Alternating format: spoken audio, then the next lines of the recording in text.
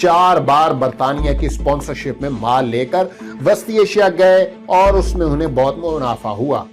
سید معین شاہ نے برطانیہ کو اہم کمرشل معلومات فراہم کی جسے دریائے سندھ کے ذریعے تجارت کے بڑے پروجیکٹس کے حق میں ٹھوس دلیل کے طور پر پیش کیا گیا۔ سید معین شاہ نے جو تجارتی دورے کیے وہ 2 روٹوں پر تھے، ایک راستہ قندھار اور دوسرا پشاور سے گزرتا تھا۔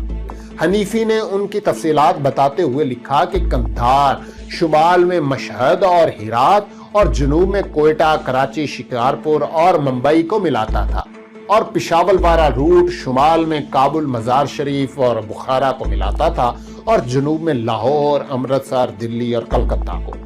حنیفی لکھتے ہیں کہ برطانوی حکام ان روٹوں کو بدلنا چاہتے تھے کہ زیادہ تر تجارت قندھار سے کابل کے راستے ہو۔ دریائے سندھ پر تجارت میں ممکنہ طور پر اضافے کی صورت میں اس پر ایسا پورٹ بنانے کے لیے جگہ کے انتخاب کے لیے کافی بحث ہوئی۔ اس ضمن میں ڈیرہ اسماعیل خان اور ڈیرہ غازی خان کا نام بھی زیر غور آیا، لیکن بالآخر دریائے سندھ پر بندرگاہ کے لیے مٹھن کوٹ کا انتخاب کیا گیا۔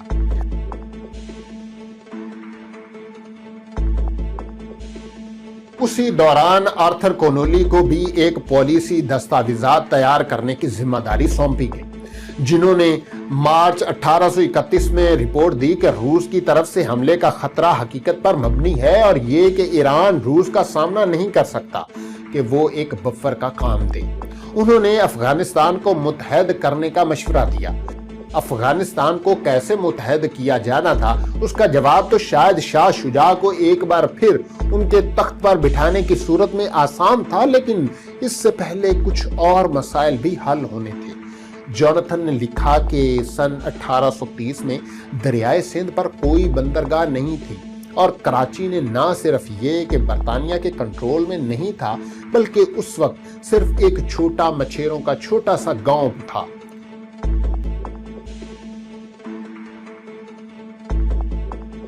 وسطی ایشیا کے لیے برطانوی مصنوعات پہلے سمندر کے ذریعے کلکتہ آتی تھیں، جہاں سے انہیں کشتیوں پر لاد کر دریائے گنگا کے ذریعے انڈیا میں اندر تک لایا جاتا تھا اور پھر زمینی راستوں سے یہ لاہور اور پھر وہاں سے شکارپور پہنچائی جاتی تھی، جہاں سے قافلے انہیں افغانستان اور بخارا کے بازاروں تک پہنچاتے تھے۔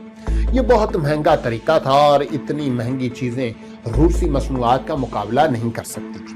لارڈ ایلنبرو کے نزدیک اس مسئلے کا حل دریائے سندھ کو دریائے ٹیمز میں بدلنا تھا۔ ان کے ذہن میں 200 ٹن تک وزن اٹھانے والی کشتیوں کے ذریعے اٹک تک مال پہنچانے کا منصوبہ تھا۔ جوناتھن کے مطابق ایلنبرو کا منصوبہ انڈیا میں انگریز افسروں میں بہت مقبول تھا، اس لیے اس پر عمل کروانے کے لیے انہوں نے کسی سینئر افسر کی بجائے جونیئر افسروں کو دریائے سندھ میں پانی کے بہاؤ اور دیگر پہلوؤں کا جائزہ لینے کے لیے ذمہ داری سونپی۔ ان میں سے ایک الیگزینڈر برنر تھے، جس کے بھائی جو ڈاکٹر تھے اور سندھ کا دورہ کر چکے تھے، جس میں انہوں نے دریائے سندھ میں جہاز رانی کے امکانات کے بارے میں بہت مثبت رپورٹ دی تھی۔ جوناتھن لکھتے ہیں کہ 1809 میں سکھوں سے معاہدہ کرنے والے چارلس میٹکاف نے اس مشن پر اعتراض اٹھایا تھا کہ یہ بالکل بھی ہماری حکومت کے شایان شان نہیں۔ برنر کے 1830 اور 1831 کے مشن کی روشنی میں معلوم ہوا کہ دریائے سندھ پر فلیٹ باٹم والی کشتیاں ہی چل سکتی ہیں، جس پر زیادہ سے زیادہ 75 ٹن وزن آ سکتا ہے۔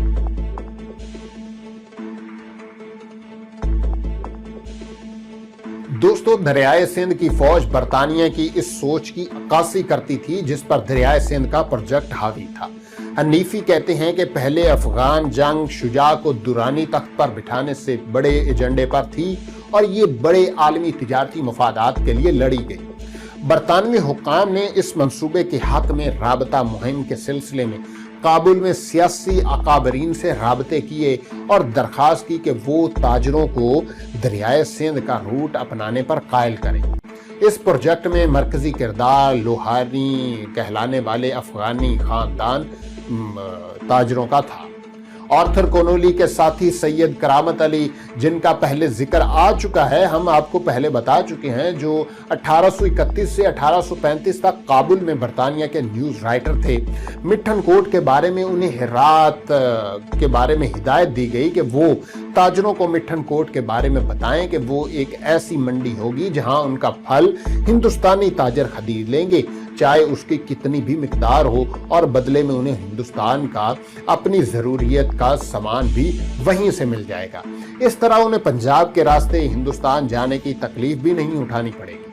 حنیفی نے لکھا کہ برطانوی مٹھن کوٹ کو جنوبی اور وسطی ایشیا کے درمیان میں ایک منڈی کے طور پر دیکھتے تھے، جس تک ہر علاقے کے تاجروں کی بآسانی رسائی ہو، اور ہر برس کلکتہ تک ایک لمبا چکر لگانے کی بجائے ان کا خیال تھا کہ افغان خانہ بدوش تاجر لوہانی دریائے سندھ کے سال میں کئی چکر لگا سکیں گے۔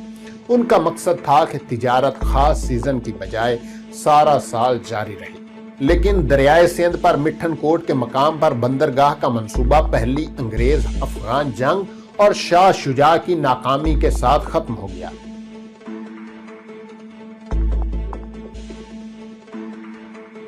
درانی سلطنت کے چوتھے حکمران شاہ شجاع نے بھی، جو 1803 سے 1809 تک حکمرانی کرنے کے بعد تخت گوا بیٹھے تھے، اب واپس جانے کا ارادہ کر لیا تھا۔ انہوں نے 1832 میں لارڈ بینٹنگ کو خط لکھ کر خود کو ملنے والے وظیفے کا 1 سال کا ایڈوانس مانگا تاکہ وہ اپنا تخت حاصل کرنے کی کوشش کر سکیں۔ مورخ بتاتے ہیں کہ کچھ تعمیل کے بعد انہیں 16,000 روپے دیے گئے اور دلی میں اسلحے کی خریداری پر ٹیکس کی چھوٹ بھی دی گئی۔ اس کے علاوہ شاہ شجاع نے رنجیت سنگھ سے بھی 1834 میں معاہدہ کیا کہ وہ تخت پر بیٹھنے کی صورت میں درانی سلطنت کے ان علاقوں سے دستبردار ہو جائیں جو اب سکھ سلطنت کا حصہ تھے اور جن میں پشاور بھی شامل ہے۔ انسائکلوپیڈیا برٹانیکا کے مطابق انگریز مطمئن نہیں تھے کہ درانی بادشاہ دوست محمد ممکنہ حملے کی صورت میں روس کا راستہ روک سکیں گے، اور اس کے علاوہ انہیں دوست محمد کے بارے میں یہ تسلی بھی نہیں تھی کہ وہ ان کو دوست سمجھتے ہیں یا نہیں۔ اس ماحول میں انہوں نے شاہ شجاع کو تخت پر بٹھانے کے لیے افغانستان میں براہ راست مداخلت کا فیصلہ کیا۔ انگریزوں کی دریائے سندھ کی فوج کی مدد سے قندھار اور غزنی فتح کرتے ہوئے شاہ شجاع اگست 1839 میں دوسری بار درانی سلطنت کے تخت پر بیٹھے، لیکن یہ تبدیلی بہت مقبول ثابت نہیں ہوئی۔ انسائکلوپیڈیا کے مطابق دوست محمد پہلے بلخ اور پھر بخارا جہاں انہیں گرفتار کر لیا گیا تھا، لیکن وہ قید سے نکلنے میں کامیاب ہو گئے۔ 2 نومبر 1840 کو جنگ میں دوست محمد کا پلڑا بھاری تھا، لیکن اگلے دن انہوں نے کابل میں انگریزوں کے سامنے ہتھیار ڈال دیے اور انہیں اپنے اہل خانہ کے ساتھ انڈیا ڈیپورٹ کر دیا گیا۔ لیکن حالات پھر بھی قابو میں نہیں آئے اور برطانیہ کو پسپائی پر مجبور ہونا پڑا۔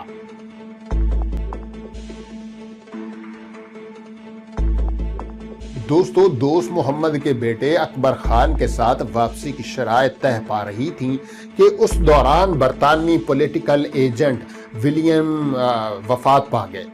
6 جنوری 1842 کو تقریباً 4,500 برطانوی اور انڈین فوجی اور ان کے کیمپ کے تقریباً 12,000 افراد کابل سے نکل گئے۔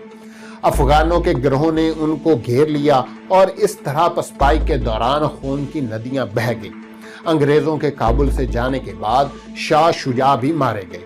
اس برس برطانوی فوج دوبارہ کابل پر قابض ہو گئی تھی، لیکن انسائکلوپیڈیا کے مطابق انڈیا کے گورنر جنرل لارڈ ایلنبرو نے افغانستان چھوڑنے کا فیصلہ کیا اور 1843 میں دوست محمد دوبارہ کابل کے تخت پر بیٹھ گئے۔ جی ہاں، یہ وہی لارڈ ایلنبرو ہیں جنہوں نے عدم مداخلت اور لا تعلقی کی پالیسی ختم کر کے کابل پر کنٹرول کر کے وسطی ایشیا تک نئے تجارتی روٹ کھولنے کا منصوبہ بنایا تھا۔ لیکن بات یہاں ختم نہیں ہوئی۔ افغانستان پر روس ہی کے اثر و رسوخ کے مسئلے پر 1878 سے 1880 کے درمیان ایک اور انگریز افغان جنگ ہوئی اور یہ بھی برطانوی فوج کی پسپائی پر ختم ہو گئی۔ لیکن مورخ شاہ محمود حنیفی لکھتے ہیں کہ اس دور پر زیادہ تر کتابوں سے تاثر ملتا ہے کہ ان دو جنگوں کے نتائج کی وجہ سے افغانستان انڈیا پر برطانوی سامراج کے اثرات سے بچا رہا، پر ایسا نہیں ہے۔ وہ کہتے ہیں کہ یہ دونوں جنگیں عام طور پر صرف برطانوی حملہ آوروں کی غیر معمولی ناکامی یا دفاع کرنے والے مقامی افغانوں کی متوقع کامیابیوں کے طور پر دیکھی جاتی ہے، جبکہ ان کی تحقیقات کے مطابق انڈیا میں برطانوی سامراج کی افغانستان پر گہری سیاسی، اقتصادی اور انٹلیکچوئل چھاپ ہے۔ دوستو، یہ تھی آج کی ویڈیو۔ اگلی ویڈیو کے لیے ہمارے چینل کو سبسکرائب کریں اور بیل آئیکن پر لازمی کلک کریں۔